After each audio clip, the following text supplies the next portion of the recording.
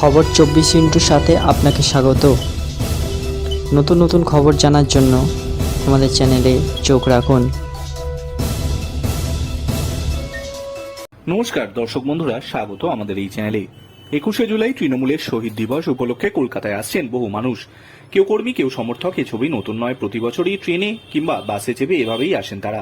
তবে তৃণমূলের সভায় যাচ্ছেন বলে ট্রেনের টিকিট কাটবেন না, তা কি করে হয়? সেই ছবি ধরা পড়ল স্টেশনে। বিনা টিকিটে রেলযাত্রী জোর গলায় বলছেন টিকিট নেই, টিকিট লাগবে না। এমন ছবি দেখা গেল উত্তর দিনাজপুরের রায়গঞ্জে।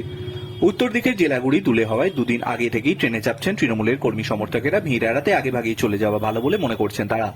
সেই সব কর্মী সমর্থকদের জন্য থাকা খাওয়ার ব্যবস্থাও রয়েছে কলকাতায়। শুক্রবার থেকে খাবারের ব্যবস্থা চোখে পড়ছে। শুক্রবার রাতে রায়গঞ্জ থেকে ট্রেনে উঠতে দেখা গেল বহু কর্মী সমর্থককে। তাদের গলায় তৃণমূলের দেওয়া কার্ড বা ব্যাজ, যাতে 21শে জুলাই শহীদ দিবসের কথা লেখা আছে। যাত্রীদের একাংশ বলছেন তৃণমূলের দলীয় ব্যাজ পড়ে থাকলেই চলবে, লাগবে না ট্রেনের কোনো টিকিট।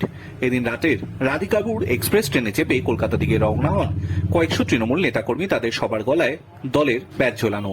টিকিট কেটেছেন কিনা তা জিজ্ঞাসা করতেই এক যাত্রী প্রশ্ন, কিসের টিকিট? এই ব্যাজই তো টিকিট। হাত দিয়ে তুলে ওই কার্ড দেখিয়ে দিলেন এক যাত্রী। টিকিট লাগবে না, এটাই তো টিকিট। অনেকেই এইভাবে বিনা টিকিটেই যাচ্ছেন, সে কথাও তিনি বুক ফুলিয়ে জ্বালালেন। এলাকার বিধায়ক বা নেতারা এই ব্যাজ দিয়েছেন কর্মী সমর্থকদের। তবে কর্মীদের একাংশ জানিয়েছে প্রায় 400 টাকা করে টিকিট কেটে ট্রেনে চাপছেন তারা। এই ঘটনাকে কটাক্ষ করছে বিরোধী দল।